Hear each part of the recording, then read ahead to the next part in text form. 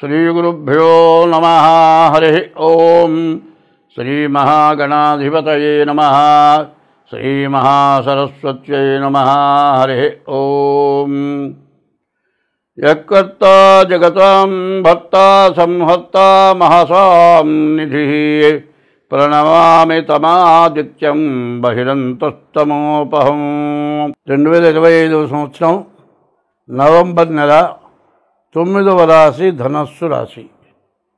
ఈ ధనస్సు రాశికి శని మార్చి 30వ తారీఖున మీనానికి వచ్చాడు. అర్ధాష్టమ శని. ఈ అర్ధాష్టమ శని పూర్తిగా ఇబ్బందులు కష్టాలతో కూడుకున్నటువంటి రాశి. ఈ రాశి పూర్తిగా బాగుండలేదు అని చెప్పాలి. ఏదైనా 8 గ్రహాల్లో ఒక 3 గ్రహాలు రాహు, బుధుడు, శుక్రుడు. శుక్రుడు ఏకాదశిలో ఉన్నాడు. మరి ఇల్లు కొనుక్కుంటాం కానీ, భార్య వల్ల సహకారం కానీ, భార్య జాతక రీత్యా కలిసి రావటం కానీ, వ్యాపారం బాగా సాగటం కానీ, రావాల్సిన డబ్బులు రావటం కానీ, మరి ఇదివరకు బాకీలు ఏమైనా మీకుంటే రావటం కానీ జరుగుతుంది. కానీ మీరు మాత్రం మోసపోయి డబ్బులు పోగొట్టుకుంటారు. ఇవ్వకూడని వాళ్ళకి డబ్బులు ఇస్తారు. ఆ డబ్బులు వాళ్ళు ఎగ్గొడతారు. వాళ్ళు చెప్పే మెత్తటి మాటలు చాలా చక్కగా రుచిగా అబ్బో వీళ్ళంత మంచివాళ్ళు లేనట్లుగా చెప్పి మీ దగ్గర డబ్బులు దార తీసుకొని ఇక మీ కంటికి కనపడరు. మీకు రూపాయి వాళ్ళ దగ్గర రాదు. మీరు మాత్రం మీ డబ్బు ఎవరికి చేయిజారి ఇవ్వవద్దు. ఏదైనా వ్యాపారంలో ఇస్తే లాభం వారు ఇవ్వండి కానీ అప్పులు పెట్టద్దు. తర్వాత ఎవరికి లోన్లు తీసుకునేదానికి కానీ, చీట్లు పాడుకునేదానికి కానీ, ఏదైనా ఆస్తులు రిజిస్టర్ల దగ్గర కానీ మీరు సంతకాలు పెట్టద్దు. అట్లా కనుక పెట్టేటట్లయితే మీ ఆస్తులు మీరు కూడా ఆస్తులు పోయి జైలు పాలవుతారు. అది కాకుండా చూసుకోవాలి అంటే ముందు మీ జాగ్రత్తే మీకు ఉపయోగపడుతుంది. ఎక్కడ అజాగ్రత్త పడ్డా కూడా మీరు చాలా ఇబ్బంది పడతారు. స్నేహితుల జోలికి పోవద్దు.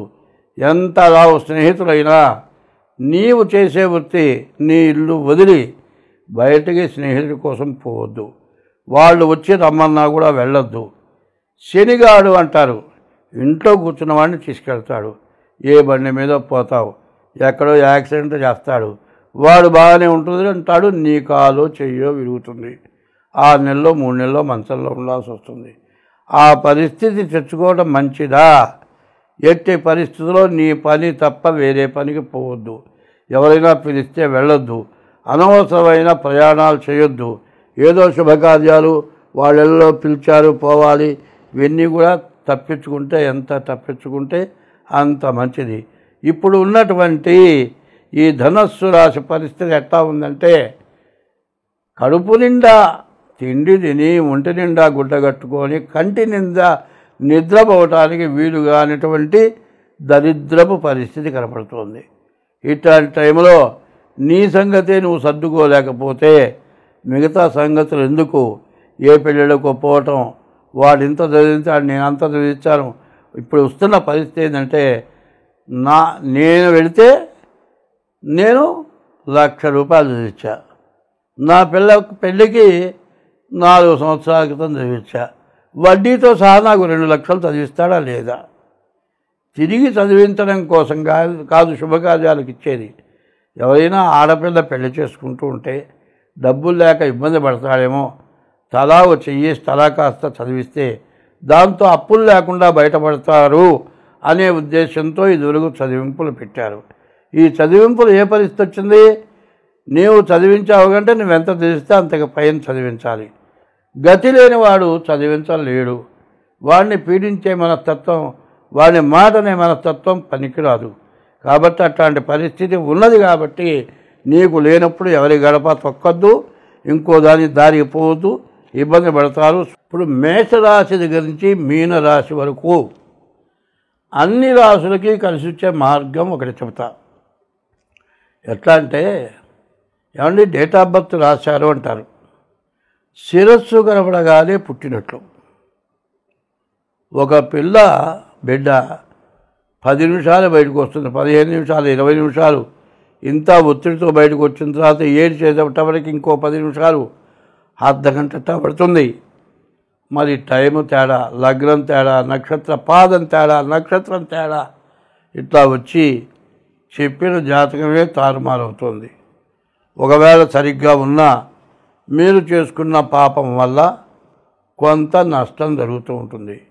మరి ఇవన్నీ కూడా మహాపాపాల వంశంలో కొంతమంది మహాపాపాలు చేస్తారు. వాళ్ళు చేసిన పాపం బిడ్డ తరం అనుభవించాల్సి వస్తూ ఉంటుంది. ఎన్ని శాంతులు చేసినా, ఎన్ని పూజలు చేసినా ఆ బాధలు తీరవు. చూడండి, ఈ కలియుగంలో విపరీతమైన పాపం పెరిగి ఈ సంవత్సరం వచ్చినంత బాధలు ఎవ్వరికీ రాలే, ప్రపంచం అందరికీ వచ్చింది. ఈ బాధలు ఎందుకు వచ్చినాయి? మనకు తెలిసి చేతులారా పాపం చేసుకున్నాం. ఆ పాపం నివృత్తి కాక ఈ బాధలు వస్తున్నాయి. కాలికి దెబ్బ తగిలితే మందు వాడకపోతే కాలు మానుతుందా? నువ్వు చేసిన పాపానికి దైవాన్ని పూజించకపోతే ఈ బాధలు పోతాయా? ఇట్లాంటి బాధలు పెరగడానికి కారణం మనమే. ఎందుకంటే వేదంలో కొన్ని విషయాలు చెప్పారు. మరి వేదం అంటే అందరి వల్ల కాదు. వేదంలో మరి 18 పురాణాలు, 18 పురాణాలు వ్యాసుడు రాశాడు. అన్నిట్లోకి అన్నీ రాసినా కూడా ఆయనకి ఏదో బాధగా ఉందట. నారదుడు చూసి, ఏందయ్యా ఏదో పరాయజానంగా ఉన్నావు ఏమిటి అంటే, ఏమిటోనండి ఇన్ని పురాణాలు రాసినా నీదేంతో తప్పు చేశారనిపిస్తోంది అంటే, అప్పుడు ఆయన అన్నాడు, నువ్వు ఎన్ని పురాణాలు రాసినా దైవాన్ని పూజించే విధానం, దైవ భక్తి కలిగింది నువ్వు ఏది రాయలేదయా. అందువల్ల దైవ భక్తి రావాలి అంటే రామాయణ, భారత, భాగవతాలు అన్నిట్లో కలిపి మరి భాగవతం అనేది రాయమన్నాడు. ఆ భాగవతం ఎట్లా ఉంటుందంటే భాగవతం భాగవతం భాగవతం భాగవతం అంట మొదలు పెడితే భాగవతం చెడిపోం. భాగవతం అటువంటి భాగవతంలో గజేంద్ర మోక్షం అని ఉంది. ఈ గజేంద్ర మోక్షం 40 రోజులు చేయించుకుంటే మీకు ఎటువంటి దోషాలున్నా పోతాయి. కాదు అంత ఓపిక లేదు, 21 రోజులు చేయించుకోండి. కాకపోతే 11 రోజులు చేయించుకోండి. ఏమండి పుస్తకాలు అమ్ముతున్నారు, మేము చేసుకుంటామంటే దాంట్లో ఒక పద్యం చెబుతాను. మరి విష్ణుమూర్తి వెళుతుంటే అమ్మవారు వెనకాడితే పోతుంది. ఆయన్ని అడుగుదాం, ఎక్కడికి పోతున్నావు అని అడుగుదామనే పద్యం ఇట్లా రాశారు. అడిగేదన నీకు అడుబడి జను నడిగిన తన మగడు నుడుగడని నడ యుడుగున్ వెడనెడ సిడిముడి తడబడ నడుగిడదు జడేమా నడుగిడు నెడలను. ఈ పద్యం ఎవరన్నా ఒకసారి పుస్తకం చూసిన వాళ్ళు చెప్పగలుగుతారా? ఇట్లాంటి కఠినమైన పద్యాలు ఉన్నాయి. వాటిని తప్పుపడకుండా పారాయణ చేయాలి. మరి సప్తశతిలో మరి భార్యాము రక్షత భైరవేమనుంది. వాడు పొరపాటు పడి భార్యాము రక్షత భైరవేం అనే బదులు భార్యాం భక్షత భైరవేం అన్నాడు. భార్యను తినేసింది అమ్మవారు. కాబట్టి తప్పులు పడితే దోషాల వల్ల ఇబ్బంది వస్తుంది.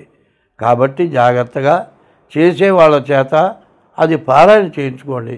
మరి ఇట్లా చేస్తే మీకు అన్ని విధాలా బాగుంటుంది. అవసరమైతే మాకు ఫోన్ చేయండి, దానికి తగిన ఫీజు చెల్లించి మరి ఆ భాగవతం పారాయణ చేయించుకోండి. నేను ఇప్పటికీ కనీసం 25 సంవత్సరాల నుంచి చేస్తూ ఉన్నాను. అనేక కష్టాల్లో నేను బతకడం కంటే చచ్చిపోదామన్నంత పరిస్థితి వచ్చింది. ఎన్నో యాక్సిడెంట్ అయినాయి, ఎన్నో ఆపరేషన్లు అయినాయి. ఈ బాధలతో ఇక బతకకూడదు అనుకున్నాను. అటువంటి రోజున ఈ భాగవతం పారాయణ చేయడం మొదలుపెట్టిన తర్వాత ఇవాళకి నాకు 80 సంవత్సరాలు వచ్చినాయి. ఇప్పటికీ ఏ లోటు లేకుండా హాయిగా బతకగలుగుతున్నాను. మీరందరూ కూడా పాపం పరిహారం కావాలి అంటే భాగవతంలో గజేంద్ర మోక్షం చాలా విశేషమైంది. దాన్ని పారాయణ చేయించుకోండి, మీకు అన్ని విధాలా బాగుంటుంది. అన్ని రాసుల వారికి ఇప్పుడు చెప్పబోయేది కార్తీక మాసం చాలా విశేషమైన రోజులు. ఈ రోజుల్లో మరి ఈ గజేంద్ర మోక్షం పారాయణ చేయించుకోవడం చాలా అవసరం. దీని గురించి పెద్ద ఖర్చు ఉండదు. దాని ప్రకారం చేస్తే మీకు అన్ని విధాలా బాగుంటుంది. ఇది మాత్రం ప్రతి రాశికి కూడా చివరిలో వేయండి. ఇప్పుడు చెప్పింది ఇది విశేషం. దీంట్లో చేస్తే అన్ని విధాలా బాగుంటుంది. స్వస్తి.